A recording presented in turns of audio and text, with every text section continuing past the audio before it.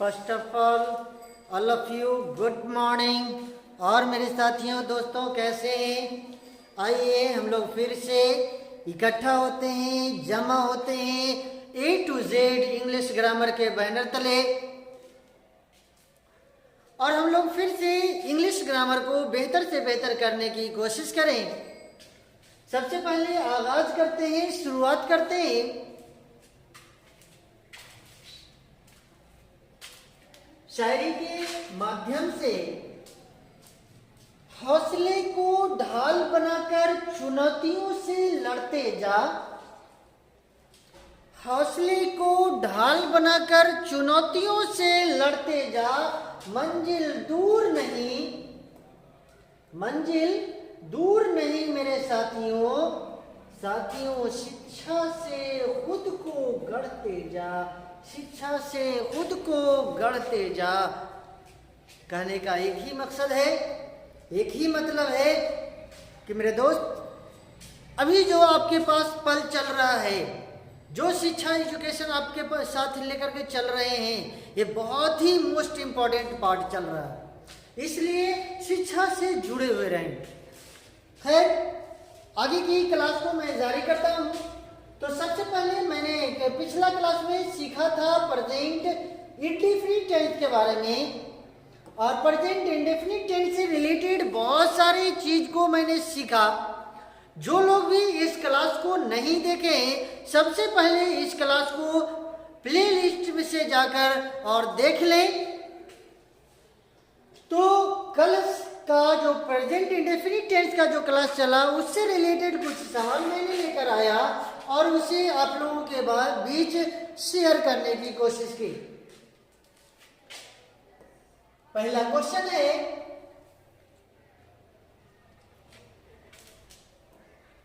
use of the correct verb form in the following sentences, choosing from the ones given in bracket। यानी जो bracket में दिया गया है उसमें से एक को चूज करके और खाली स्थान को भरना है, रिक्त स्थान को भरना है।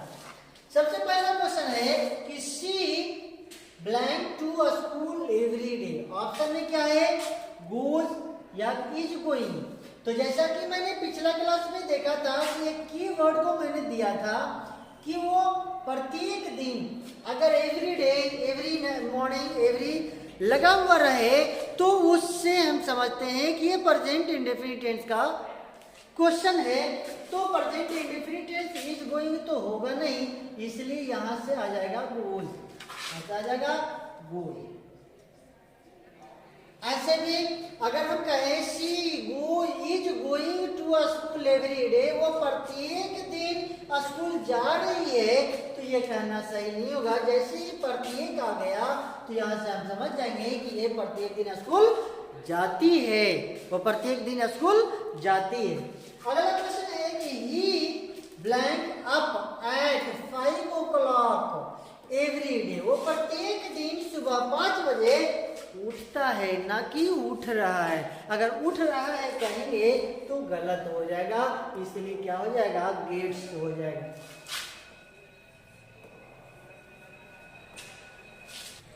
अगला क्वेश्चन है कि he blank for London next week. पिछला क्लास में मैंने बताया था कि वह काम जो तुरंत होने वाला है, जो नजदीक में है, जो लग रहा है कि ये अब हो जाएगा, तो उसमें हम प्रेजेंट इंडेफिनिट टेंस को शो करते हैं।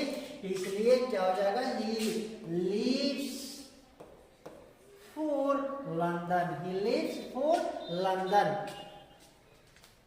अगला क्वेश्चन है कि ऑन संडे, प्रत्येक संडे को, रविवार को, दे टू द मूवीज, वो मूवी देखने जाते हैं, इसलिए we go to the movies. Went कहना सही नहीं होगा।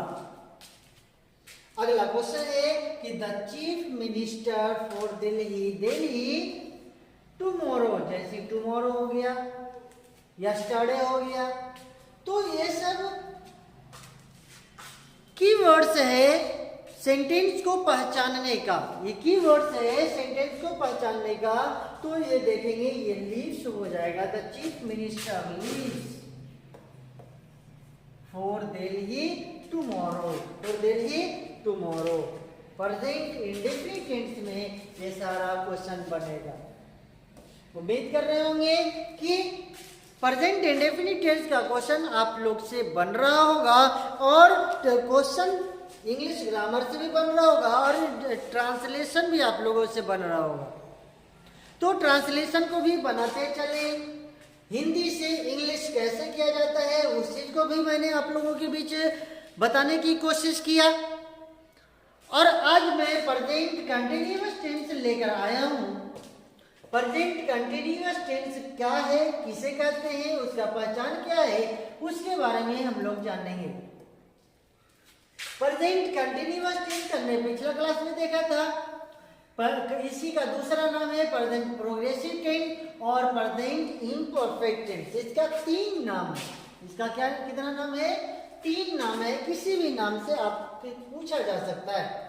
इसका पहचान होता है जिस हिंदी वाक्य की क्रिया के अंत में रहा है, रही है, रहे हैं इत्यादि लगा रहे, तो उस वाक्य को प्रेजेंट कंटिन्यूअस टेंस का वाक्य कहेंगे। तो उस वाक्य को प्रेजेंट कंटिन्यूअस टेंस का वाक्य कहेंगे।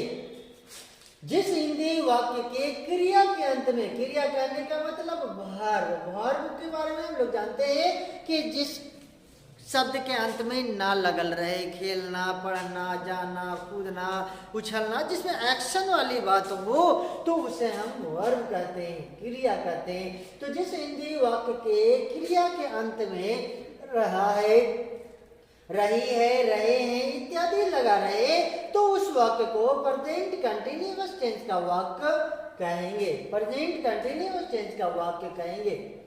अब बनाने का तरीका हम लोग जानेंगे। क्या है अफर्मेटिव सेंटेंस में कैसे बनेगा, तो इसका बनाने का तरीका नियम है, स्ट्रक्चर है, सब्जेक्ट प्लस इज, एम या आर, इज, एम या are plus verb four plus object plus other term या अदर वर्ड। यहीं पे मैं आप लोगों को बताना चाहूंगा कि वर्ब फोर को वर्ब वन प्लस आईएनजी के रूप में बदल सकते हैं, वर्ब वन प्लस आईएनजी के रूप में तब्दील कर सकते हैं। और एक चीज और मैं बता दूं कि इस आईएनजी को ग्रामर की भाषा में जीरंड कहा जाता है। इस आईएनजी को ग्रामर की भाषा में क्या कहा जाता है? जिरंड कहा जाता है, जिरंड कहा जाता है। वो और इससे रिलेटेड भी बहुत सारे सवाल, जिरंड क्या है, कैसे इसका ट्रांसलेशन बनेगा, कैसे क्या बनेगा, ये सारा चीज नेक्स्ट वीडियो में मैं बताने की कोशिश करूंगा। जिरंड से रिलेटेड एक चैप्टर ही है जो मैं कोशिश करूंगा बताने का। सबसे पहले मैं एक आधा ट्रांसलेशन देख लूं। वह खेल रहा है, वह खेल रहा है, हम लोग जा रहे हैं, हम लोग जा रहे हैं,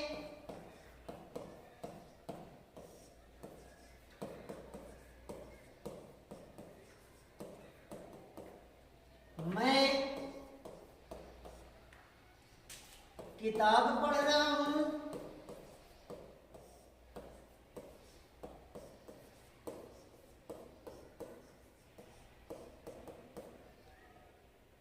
तुम मंच पर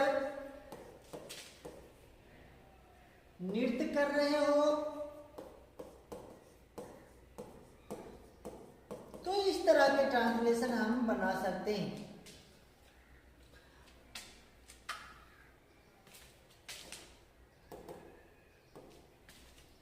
पहला, वह खेल रहा है, खेलने का काम कौन कर रहा है? सब्जेक्ट कौन हो गया? He is playing, he is playing subject, उसके बाद ऑक्सिलरी वर्ब इज, एम या आर, उसके बाद वर्ब फोर। वर्ब क्या है? खेलना, प्ले से बन गया प्लेइंग। हम लोग जा रहे हैं, वी के साथ आर लगता है, वी आर गोइंग, अब यहाँ पे वी आर गोइंग हम लोग जा रहे हैं। अगर रहता हम लोग बाजार जा रहे हैं, we are going to market, हम लोग स्कूल जा रहे हैं, we are going to school, हम लोग मंदिर जा रहे हैं। तो इस तरह से हम लोग इसका ट्रांसलेशन बना सकते हैं। मैं किताब पढ़ रहा हूँ, I am reading, I am reading a book, reading a book, मैं एक किताब पढ़ रहा हूँ, I am reading a book. अगला, तुम मंच पर नृत्य कर रहे हो, you are dancing, you are dancing on the stage, on the stage, on the stage. तो इस तरह से हम लोग अफर्मेटिव सेंटेंस बना सकते हैं। अगला है निगेटिव सेंटेंस, नकारात्मक वाक्य। नकारात्मक वाक्य बनाने का तरीका होता है सब्जेक्ट प्लस इज एम या आर, इज एम या are plus not plus verb four plus object plus other term या अदर वर्ड, अदर टर्म या अदर वर्ड। जैसे वह खेल रहा है, यहां हो जाएगा वह नहीं खेल रहा है, वह नहीं खेल रहा है।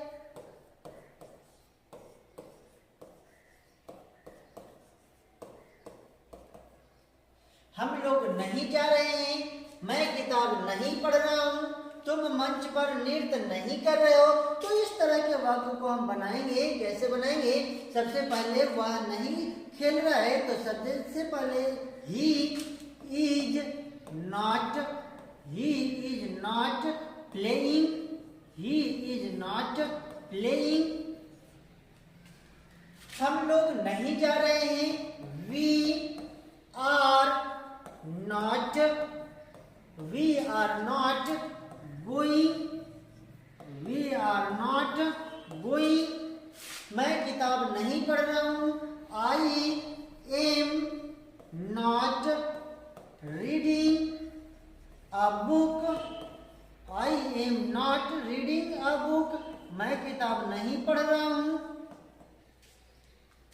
तुम मंच पर नृत्य नहीं कर रहे हो, you are not dancing on the stage, on the stage। तो इस तरह से हम लोग ट्रांसलेशन को बनाते हैं। अगला है इंट्रोगेटिव सेंटेंस। इंट्रोगेटिव सेंटेंस प्रश्नवाचक वाक्यों को किस तरह से बनाते हैं? तो सबसे पहले ऑक्सिलरी वर्ब इज एम या are plus subject plus verb four plus object plus other term या अदर वर्ड। तो वह नहीं खेल रहा है, तो इज, क्या वह खेल रहा है, क्या वह खेल रहा है, is he playing, is he playing, क्या वह खेल रहा है, साइन ऑफ इंट्रोगेशन। क्या हम लोग जा रहे हैं, are we going, are we going, sign of interrogation. क्या मैं एक किताब पढ़ रहा हूँ, am I reading a book, am I reading a book, am I reading a book. क्या आप मंच पर नृत्य कर रहे हो, are you dancing on the stage, on the stage.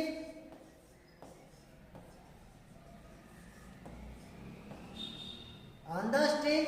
तो इस तरह से इंट्रोगेटिव सेंटेंस हम लोग बनाते हैं। अब चलते हैं अगला, interrogative negative sentence. Interrogative negative sentence, interrogative negative sentence प्रश्नवाचक वाक्य भी रहेगी, प्रश्नवाचक सेंटेंस भी रहेगी और उसमें नकारात्मक वाक्य भी रहेगा। जैसे क्या वह नहीं खेल रहा है, क्या वह नहीं खेल रहा है, is he not playing, Is he not playing? Is he not playing? क्या हम लोग नहीं जा रहे हैं? Are we not going? Are we not going? क्या मैं किताब नहीं पढ़ रहा हूं? Am I not reading a book?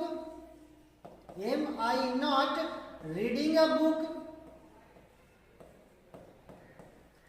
क्या तुम डांस नृत्य नहीं कर रहे हो? Are you not dancing on the stage?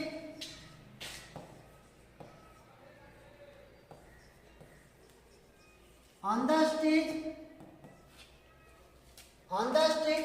अब यहाँ पे एक और बातें मैं बता दूं कि अगर हम इज को नॉट के साथ अगर हम मर्ज करते हैं तो इजंट बनता है, इजंट होता है।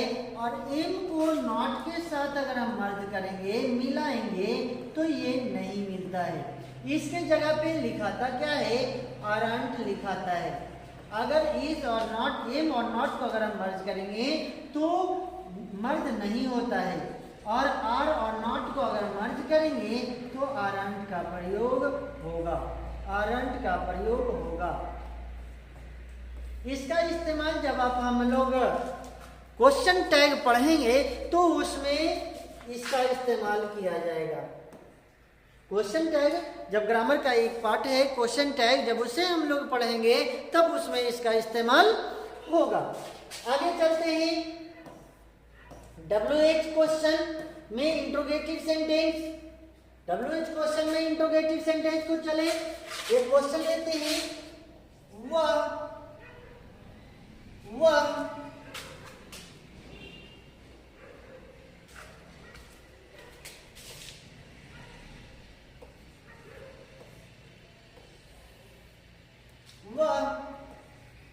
क्लास में शोरगुल क्यों कर रहा है? वह क्लास में शोरगुल क्यों कर रहा है? वह क्लास में शोरगुल क्यों कर रहा है? शोरगुल क्यों कर रहा है?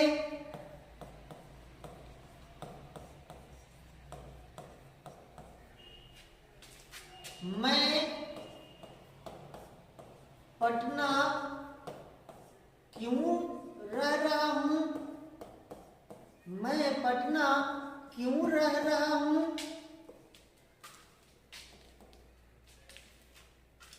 मैं पटना क्यों रह रहा हूं?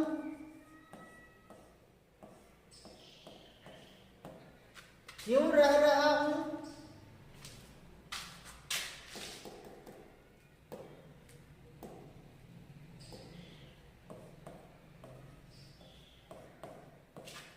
मैं पटना क्यों रह रहा हूं? तो इस तरह के वाक्य जिसमें क्या, क्यों, कब, कहां, कैसे, कौन, ये सारा वर्ड मिला हुआ रहता है, तो उस वाक्य को हम लोग इंट्रोगेटिव WH क्वेश्चन वर्ड का सेंटेंस कहते हैं। इस तरह इस टाइप के क्वेश्चन को हम लोग कैसे बनाएंगे? सबसे पहले WH वर्ड को खोजेंगे। WH वर्ड क्या है? तो क्यों है। क्यों क्या अंग्रेजी क्या होता है? वाई।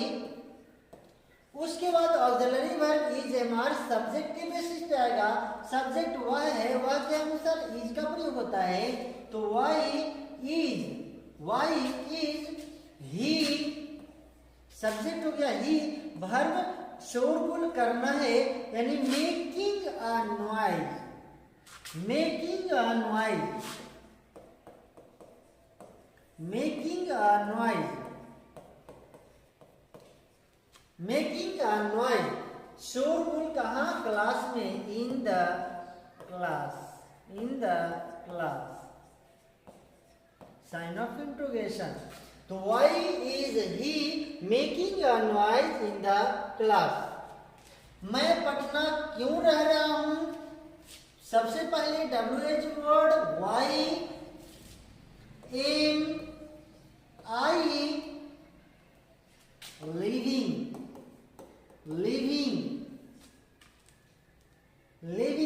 पटना, लिविंग पटना। मैं पटना क्यों रह रहा हूं, वाई एम आई लिविंग पटना। अब चलते हैं इंट्रोगेटिव निगेटिव सेंटेंस अगर इसमें रहे तो उसको बनाने का तरीका है WH वर्ड, उसके बाद ऑक्सिलरी वर्ब इज एम या are plus subject plus not plus verb four plus object plus other term या अदर वर्ब। वह क्लास में शोरगुल क्यों नहीं कर रहा है। अगर इस टाइप का क्वेश्चन रहे तो क्या हो जाएगा, Y is he not making a noise, making a noise in the class, in the class, in the class। अगला है मैं पटना क्यों नहीं रह रहा हूं, तो why am I not living Patna, living Patna. तो आज हम लोगों ने सीखा प्रेजेंट कंटिन्यूअस टेंस क्या है, उसका पहचान क्या है और उसे बनाने का नियम क्या होता है, कैसे बनेगा, इन सारी चीजों के बारे में मैंने आज सीखा। अगला क्लास में मैं सीखूंगा प्रेजेंट कंटिन्यूअस टेंस से रिलेटेड बहुत सारी चीज, ग्रामर का भाग मैं सीखूंगा। तो सबसे पहले वीडियो को पॉज करें, रोकें और लिखते चलें। हौसले को ढाल बनाकर चुनौतियों से लड़ते जा, हौसले को ढाल बनाकर चुनौतियों से लड़ते जा, मंजिल दूर नहीं मेरे साथियों, शिक्षा से खुद को गढ़ते जा, शिक्षा से खुद को गढ़ते जा। तो लिखते चलेंगे, अपने कॉपी पे रिटेन डाउन करते चलेंगे, लिखते चलेंगे। और अगर किसी तरह का कोई दिक्कत होता है तो कमेंट करना ना भूलें, कमेंट करते चलें, कमेंट करना ना रोकेंगे। आपके प्रॉब्लम को मैं दूर करने की कोशिश करूंगा। और फिर से मैं वही बात दोहराऊंगा, practice make a man perfect. प्रयास करते रहें, अभ्यास ही इंसान को सुशील बनाता है, इसलिए मेहनत करते चलेंगे। प्रेजेंट कंटिन्यूअस टेंस से रिलेटेड 50 क्वेश्चन अपने किसी भी बुक से बनाएं, 50 क्वेश्चन किसी भी बुक से आप बनाएं।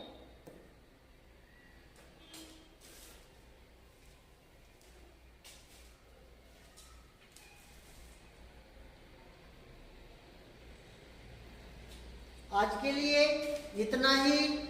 अभी तक वीडियो में बने रहने के लिए, क्लास करने के लिए शुक्रिया, धन्यवाद। Thank you.